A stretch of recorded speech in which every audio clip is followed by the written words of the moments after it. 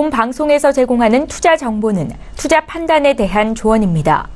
방송에서 제공하는 주식의 가치, 가격 상승 및 가격 하락에 대해서는 방송사에서 보장하지 않습니다.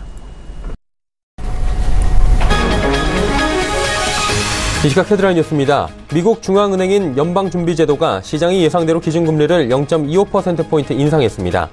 미 연준은 우리 시각으로 오늘 새벽 연방공개시장위원회 FOMC 회의를 마친 뒤 성명을 통해 연방기금 금리를 1.75에서 2%로 인상한다고 발표했습니다. 지난 3월 인상이 이어 석 달 만이며 올해 두 번째 인상입니다. 연준은 또 올해 금리 인상 횟수도 3차례에서 4차례로 상향 조정해 하반기에 2차례 추가 인상을 예고했습니다.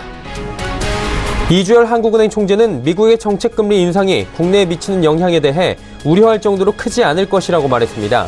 이어 미국의 장기금리 상승폭이 크지 않았고 미국 달러화가 초반 강세를 보였다가 보합세를 보이는 등 미국 금융시장은 차분했다며 국내 금융시장에 미치는 영향도 제한적일 것이라고 조심스럽게 보고 있다고 덧붙였습니다.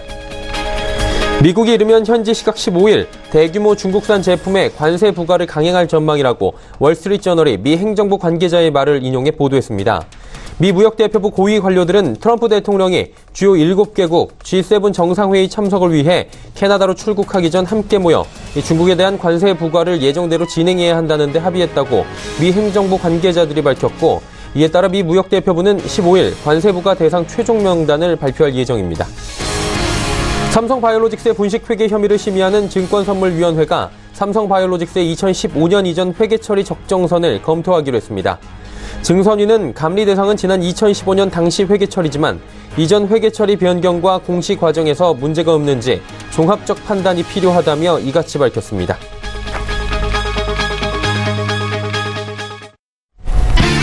시청자 여러분 안녕하십니까. 오늘장 내일장 1부 출발하도록 하겠습니다. 서정덕입니다. 오늘 양시장 모두 상황이 좋지 못합니다. 낙폭이 지금 꽤 큽니다. 1%가 넘게 양시장 모두 하락하고 있는데요. 일단은 큰 이벤트들이 끝이 났습니다. 북미 정상회담이 끝이 났고요. 그리고 지방선거가 어제 끝났습니다. 간밤엔 FOMC 회의도 있었고요. 일단 하나하나 좀 전해드리자면 조금 전에 말씀드린 대로 0.25% 미국의 기준금리 인상이 있었습니다. 이 부분은 어느 정도 시장에서 예측된 부분입니다. 하지만 이 부분보다는 인상 횟수가 연내 3차례에서 4차례까지 한 차례 더 점도표가 인상된 부분입니다. 이 부분은 분명히 신흥국의 리스크로 작용할 수밖에 없는 상황이고요. 디폴트가 일어날 수도 있다라는 우려 섞인 목소리가 나오고 있습니다. 이 부분에서 대한민국 우리 증시 역시 예외는 아니다라는 조심스러운 목소리까지 나오고 있는 상황입니다. 분명히 악재로 지금 나오고 있는 상황이고요.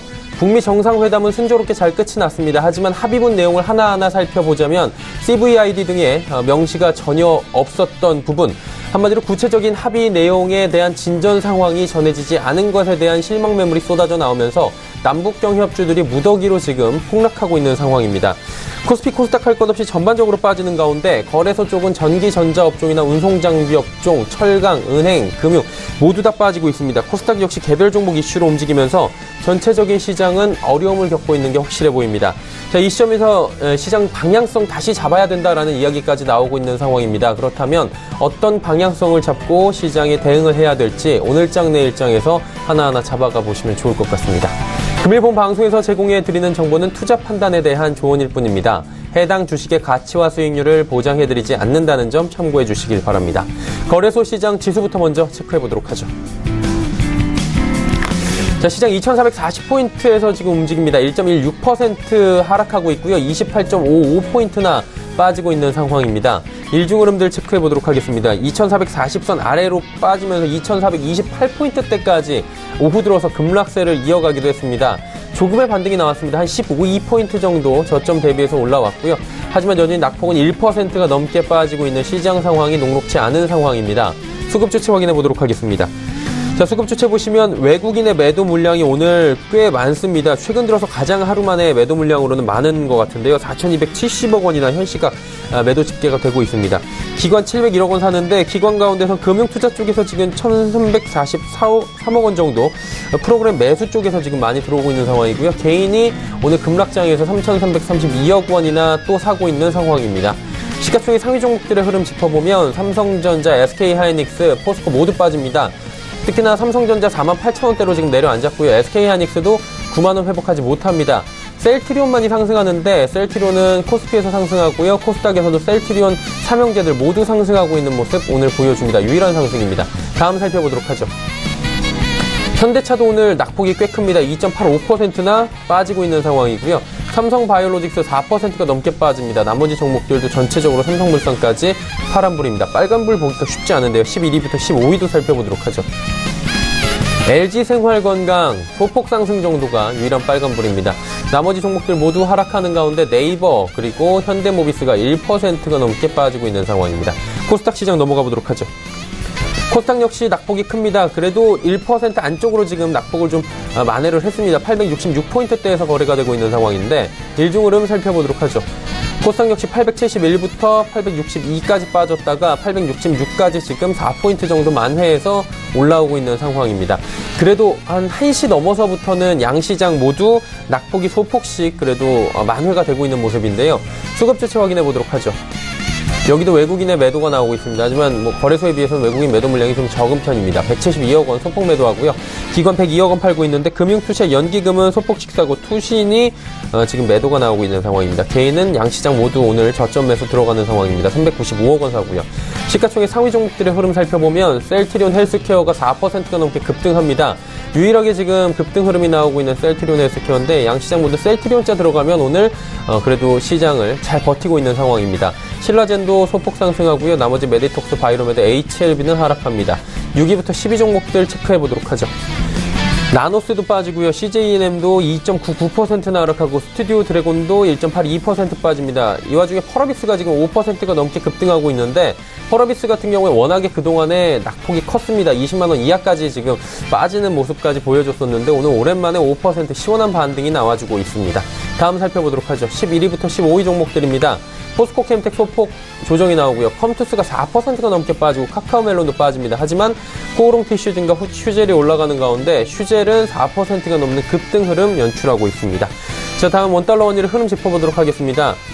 원달러 원유 지금 5원이나 상승하면서 1080원대 위로 올라가고 있습니다. FOMC 이후에 지금 원화 약세가 펼쳐지고 있는 상황입니다. 국내 양시장 여기까지 살펴보도록 하죠.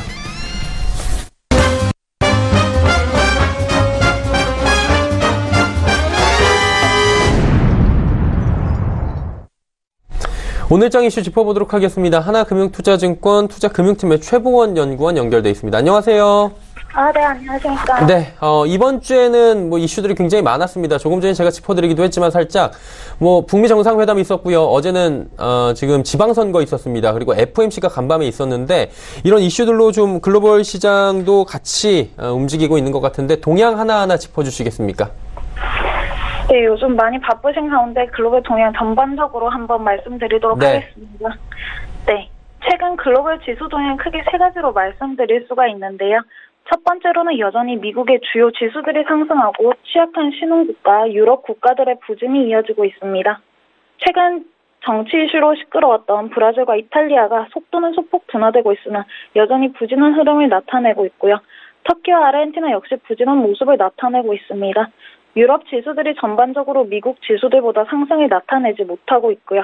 이러한 흐름은 방금 또 말씀 주셨다시피 FOMC에서 점도표 상향이 되면서 조금 더 이어질 수도 있는 상황입니다. 두 번째는 일본입니다. 최근 관심을 다시 받고 있는 국가 중 한 곳이 또 일본이라고 보실 수가 있는데요. 신흥국가 유럽이 흔들리는 가운데 일본이 조용하게 전월 대비로도 견조하게 상승하는 모습이 보여지고 있습니다. 세 번째로는 하락폭이 컸던 프론티어 국가들을 중심으로 반등폭이 나타나고 있다는 점입니다. 지역별로 보았을 때는 여전히 연초 대비 가장 큰 하락폭을 보이고 있지만 MSCI 프론티어 지수들의 반등이 나타나고 있는 상황이고 베트남이 10일 1.8% 하락하는 모습이 보여지기도 했으나 빠르게 하락하던 흐름이 소폭 완화되고 있는 모습이 보여졌습니다. 하지만 이러한 흐름이 아시다시피 FOMC에서 점도표가 상향이 되면서 또 이제 첫 번째 포인트와 같이 흘러갈 수 있다는 점 또 유의해 보시기 바랍니다. 이렇게 우선 세 가지 포인트 말씀드리겠습니다. 세 가지 포인트 중에서 지금 일본 언급을 해주셨는데 사실 요즘에 일본 시장 자체가 주목을 받지 못했다기보다는 좀 시장에서 언급이 좀 적었던 것 같습니다. 최근에 일본 증시 짚어보도록 하죠. 어떤 흐름 보였나요? 네, 최근에 일본에 대한 관심이 비교적 적은 상황인데요. 최근 일본은 방금 말씀드린 대로 전월 대비로도 전주 대비로도 상승하는 모습을 보이고 있습니다. 안전자산 선호 심리가 강해지며 엔화가 소폭 강세 흐름을 보였으나 여전히 달러 대비 110엔 수준으로 히스토리컬하게 보면 엔화 가치가 그렇게 높아진 수준은 아니라고 보실 수가 있습니다. 최근에 신흥국 위기설이 언급되고 이탈리아를 시작으로 유럽의 정치 불확실성이 계속 나타나고 있는데요. 이러한 글로벌 증시가 불안한 상황에서도 일본 증시는 비교적 영향을 적게 받는 모습이 보여졌습니다. 조용하게 주요 섹터들에서의 이익 전망치가 상향되고 있고 특히 다른 국가들과 달리 에너지 섹터뿐만 아니라 산업재 부문에서도 이익 성장 기대감이 높은 상황이고 헬스케어 부문 역시 주요 선진국 대비로도 높은 성장성이 기대가 되고 있는 상황입니다. 최근에는 장중에 니케이 지수가 23,000선을 넘으면서 2월 이후 가장 높은 수준을 보이고 있는 상황입니다. 주식형 자금 흐름을 보셔도 최근에는 북미 국가들로의 자금 유입만 계속 집중이 되고 있는 상황이었는데요. 이러한 와중에서 개별 국가별로 조금 쪼개어보면 일본이 5월 말부터 큰폭의 자금 유입세가 또 나타나고 있는 것을 보실 수가 있습니다. 요즘 관심이 방금 말씀드린 대로 미국, 신흥국, 유럽 국가들에 집중이 되어 있는 경향이 있는데 일본에도 조금 더 또 관심을 가져보셔도 좋을 것 같습니다. 네, 자금 동향 살짝 말씀을 해주셨는데 자금이 어디로 움직입니까? 선진국으로 여전히 흐르고 있나요? 네, 말씀 주신 대로 글로벌 자금 동향은 이제 선진국으로 계속 자금 유입이 이어지고 있는데요. 하지만 연초부터 자금 유입 흐름이 나타났던 신흥국에서는 5월부터 자금 유출이 또 계속 나타나고 있는 상황입니다.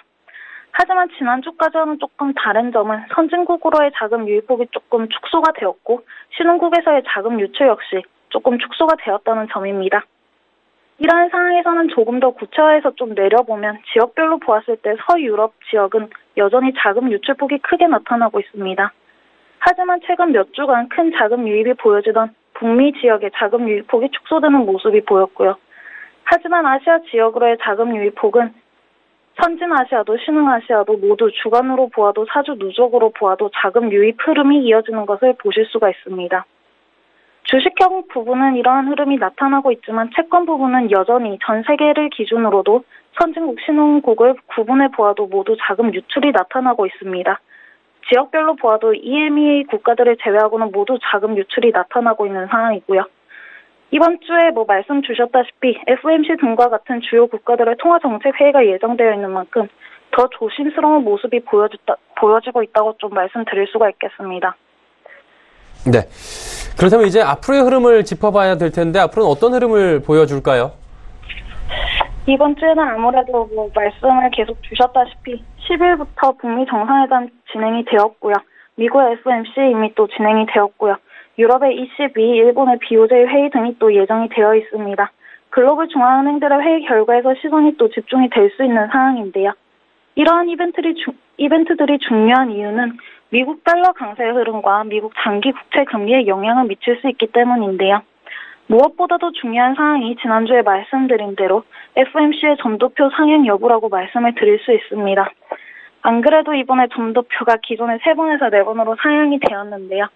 이러한 상황에서는 저번 주에 말씀드린 대로 미국의 장기 국채 금리가 상승을 할 수가 있고 달러 강세 흐름도 조금 이어질 수 있는 상황이 되었습니다. 이렇게 되면 한동안 좀 완화가 되었던 완전 자산 선호 심리가 또 나타날 수가 있는 상황이고요.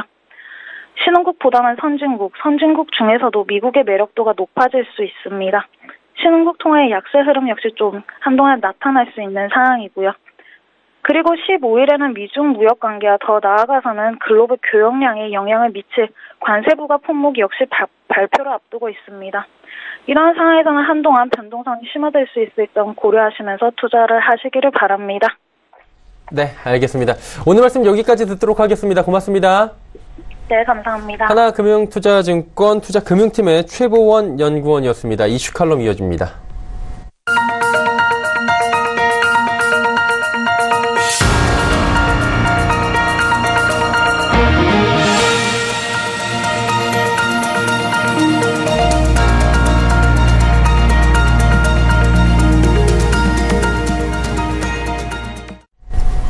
이슈 칼럼 시간입니다. 키움증권 투자전략팀의 홍춘욱 박사 연결되어 있습니다. 박사님 안녕하세요. 네, 안녕하세요. 예, 북미 정상회담 끝난 지 며칠 되지 않았는데 먼저 여쭤보면서 시작하도록 하겠습니다. 보셨을 텐데 어떻게 보셨는지 한번 여쭤볼까요? 네, 기대보다는 못했다. 예. 예, 저기 만나서 예. 이제 지금 북미 정상회담을 앞두고 가장 관건이 된달까요? 투자자들의 관심사가 되는 건 두 가지였어요. 하나는 일단 핵폐기 어떻게 할 거냐? 그에 대한 구체적인 일정. 또 핵폐기를 하게 된다면 그때 미국이 북한에게 어떤 또 그 반대급부, 당근이 되겠죠. 그럼 어떤 걸 줄 것인가? 이런 부분에 대해서 뭔가 좀 다 나오진 않더라도 힌트가 좀 있었으면 했었습니다만 조금 지나고 보면 6.25 전쟁 당시, 한국 전쟁 당시에 미군 전사자 유해 발굴에 협력한다 정도를 제외하고는 또 한미 군사훈련을 좀 잠정 중지한다라는 정도를 제외하고는 사실 우리가 이렇게 좋은 이야기는 많았지만 금융시장의 참가자 입장에서는 구체적 증거를 원하지 않습니까? 그렇죠? 근데 이제 그런 부분들이 좀 약했다라는 게 오늘 금융시장에서 어떻게 보면 이른바 대북 관련 또는 남북 경협 수혜주들이 이렇게 약세를 보이는 이유가 되지 않았나 생각됩니다만 저는 또 금융시장의 참가자 입장에서 이럴 때 또 힘을 좀 내시라는 말씀을 좀 드리고 싶더라고요. 왜 그러냐면 이 북미 정상회담이 정말 저희들이 좀 기대 수준이 너무 높았던 탓일 수도 있는 거니까 더 나가서 우리가 모르는 또 시간이 지나고 보면 그때 그랬구나 싶은 추가적 정보들도 나올 수 있다는 거. 마지막으로는 이렇게 두 정상이 함께 테이블에 앉아서 악수를 나누는 이런 역사적 순간 그 자체가 벌써 많은 진전을 의미할 수도 있다라는 그런 부분들 때문이겠죠. 그렇기 때문에 저는 일단 남한이랑 북한 이 두 당사자들의 입장에서 본다면 기대 수준은 좀 못할 수 있지만 먼 미래를 생각할 때 특히 이 북한 경제가 1990년대 이후 이른바 고난의 행군을 겪지 않았습니까? 그런 길고도 긴 침체 속에서 경제가 정말 어려움을 보이다가 지난 2016년부터 이 우리나라 성장률보다 북한의 성장률이 경제 성장률이 더 높아질 정도로 경제가 어떻게 보면 긴 침체에서 벗어나서 막 회복되는 이 순간에 이런 미래를 지향적으로 본다면 상당히 긍정적인 뉴스가 나왔다라는 점에 대해서 우리가 너무 그렇게 비관하고 또 이 순간 여기서 이제 이건 끝났다 이렇게 단정 짓기는 좀 또 그것도 역시 성급하지 않냐 이런 말씀을 좀 드리고 싶습니다. 가능성은 여전히 많이 열려 있다 이렇게 정리가 될 것 같습니다. 북한 부분을 조금 살펴보면 북한의 경제가 최근에 회복세를 많이 보이고 있다 이런 얘기가 들려오고 있습니다. 대북 제재가 실제로 완화가 된다면 여러 가지 자본이 유입이 되고 경제가 좀 괜찮아질 것으로 보이는데 가장 활성화될 것으로 보이는 분야는 어떤 쪽일까요?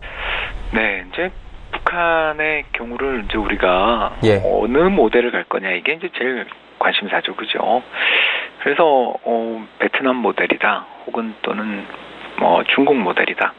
그런 이야기들은 많습니다만 일단 이런 모든 모델에 앞서서 가장 좀 관심을 가지고 봐야 되는 거는요, 이 바로 국민들의 다시 말씀드리자면 국민 대중의 지지를 받고 그 다음에 개혁이 가능하다라는 거죠. 그러면 국민 대중들의 지지를 받아내기 위해서는 이 과거 개혁 개방에 성공했던 나라들이 어떤 부분에 주력해서 거기서 성공이 시작됐는가, 그러니까 그 성공의 경험이 확산되며 개혁 개방이 진행됐다라는 점을 우리가 생각할 필요가 있고요. 그 두 나라 모두 다 농업 부문의 개혁에서 모든 게 시작됐다라는 점을 잊지 않으셔야 된다고 생각합니다. 전체 GDP에서 차지하는 이 농림수산업, 이런 이제 흔히들 이야기하는 1차 산업의 비중들이 나라마다 다 다릅니다만 우리나라는 2%가 안 되는 굉장히 낮죠. 우리나라 전체 GDP에서 차지하는 비중들을 이렇게 역산해 보면 제조업이 한 30%, 서비스업이 한 54% 정도 되고요. 거기에 이제 그 밖에 정부 부문이나 건설 부문이나 이런 것들이 쭉 포함이 된답니다. 그런데 북한에 대한 최신의 통계는 이제 2016년까지 통계가 있는데 보면 GDP에서 차지하는 농림수산업의 비중이 22%에 이른다라는 거죠. 이게 뭘 뜻하냐? 이 산업이 중요한 산업이다라고 생각하시면 안 됩니다. 뭘 의미하냐면 식량의 자급자족을 이뤄내지 못하는 가운데 많은 사람이 땅에 붙잡혀 있다라고 보시는 거죠. 그러니까 이렇기 때문에 이 90년대처럼 고난의 행군을 겪으며 기대 수명이 한때 65세 밑으로 떨어진 적도 있었어요. 근데 최근에 보면 기대 수명이 70세 초반까지 상승하면서 급박한 위기는 모면했다라고 생각됩니다만 여전히 90년대와 같은 대규모의 기근의 위험을 벗어나지 못한 상태가 되는 거죠. 이렇기 때문에 우리가 앞으로 북한이 어떻게든 개방의 길을 가게 된다고 했을 때 가장 중요한 핵심적인 사안은 바로 먹고 사는 문제, 식량난을 해결해주는, 결국 비료와 농약 같은 또는 녹색혁명의 핵심 기술들을 전수해주는 부분이고요. 또 이걸 위해서는 이게 물건이 기근에 시달리고 있는 지역으로 제때제때 가고 또 나가서 농사철에 딱딱 알맞게 배급이 되기 위해서는, 보급이 되기 위해서는 무엇보다 SOC, 사회간접자본망이 갖춰져야 된다는 거죠. 이런 측면에서 볼 때 가장 중요한 것은 먹고 사는 문제고요. 이 부분의 경협에 있어서 그 다음으로 우리가 봐야 될 부분들은 SOC, 도로와 철도망 등을 통한 이런 지원의 길들을 만들어 놓는 그런 쪽을 향해서 나아갈 가능성들은 여전히 높다. 이렇게 좀 말씀을 드리고 싶습니다. 일단은 가장 기초적인 부분부터 들어갈 확률이 높다라고 말씀해 주셨는데, 일각에서는 베트남, 중국 이야기가 계속 나오는 게 거대 시장으로 한 번에 좀 변모를 시키겠다 이런 의지도 일각에서는 보인다, 뭐 이렇게 보는 것 같아요. 그렇게 된다면 뭐 형성이 될지 안 될지 이 부분 참 중요한 문제일 것 같은데, 박사님 이 부분 구체적으로 어떻게 보십니까? 네, 일단 뭐 창대한 미래가 있지만 당장 저희 주식시장의 참가자들은 미래 현금 흐름을 계산하는 사람들이잖아요. 그런 측면에서 보면 처음에는 믿지는 장사에서 시작할 수밖에 없다라는 말씀을 드리고 싶습니다. 왜 그러냐? 바로 이게 북한이 일본 못지않게 잃어버린 20년을 보낸 나라다라는 겁니다.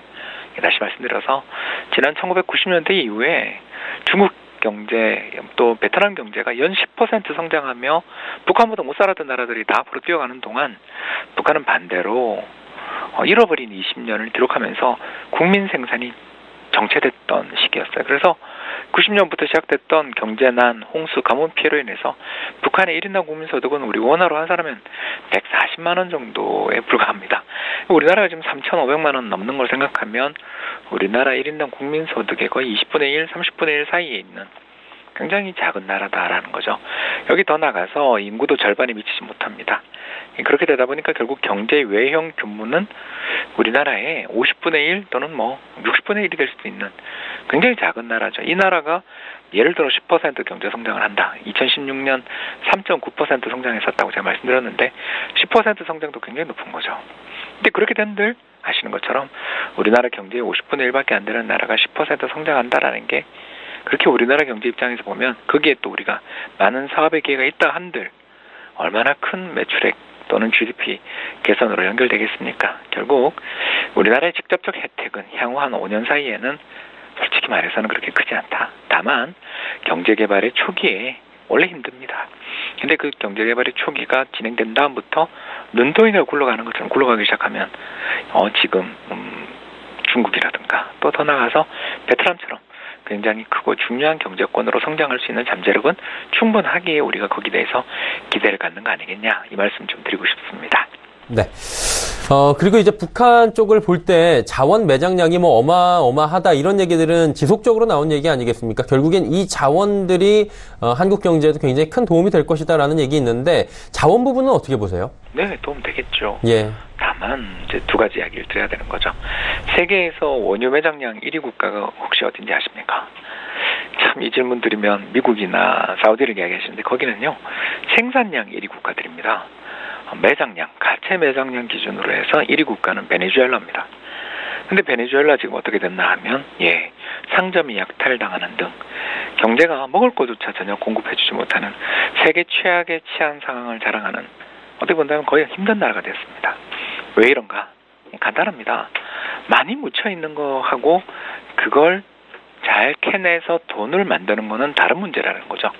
앞서 말씀드린 북한의 무궁무진한 매장에 돼 있는 자원의 문제와 함께 제대로 된 도로와 철도가 잘 돼 있지 않아서 식량 수송조차 어렵다라는 이 두 가지 문제는 다 같이 겹쳐 있는 일들이죠. 결국 충분히 도로망이 잘 건설되고 더 나가서 거기에 기계화 또는 발전된 선도된 기술들을 충분히 장기간에 걸쳐 설비와 기술 투자가 이루어질 수 있는 안정적인 어떤 기반 이런 것들이 마련됐었을 때야 이게 가능하다라는 점에서 아까 말씀드린 것처럼 항상 먼 미래에 아주 매력적인 캐시플로우가 있다 하더라도 당장은 일단 마이너스의 현금 흐름은 좀 감안은 하고 보는 그런 밸런스 있는 태도도 필요하지 않나 생각됩니다. 기대가 되고 매장량도 많고 무궁무진한 가능성이 있는 것도 사실이지만 당장 눈앞에 무언가를 바라보기보다는 좀 긴 호흡이 필요하다 이렇게 말씀을 해주시는 것 같습니다. 오늘 말씀은 여기까지 듣도록 하겠습니다. 고맙습니다. 네, 감사합니다. 키움증권 투자전략팀의 홍춘욱 박사였습니다.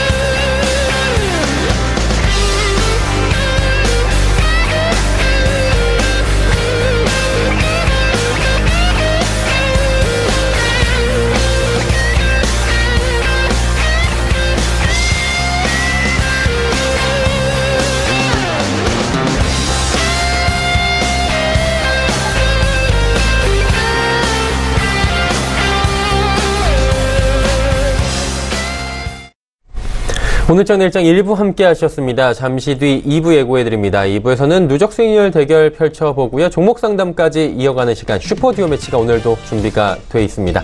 잠시 뒤 2부에 두 분의 전문가와 함께 돌아오도록 하겠습니다. 고맙습니다.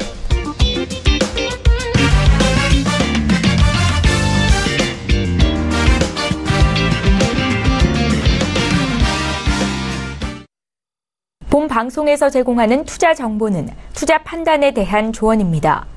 방송에서 제공하는 주식의 가치, 가격 상승 및 가격 하락에 대해서는 방송사에서 보장하지 않습니다.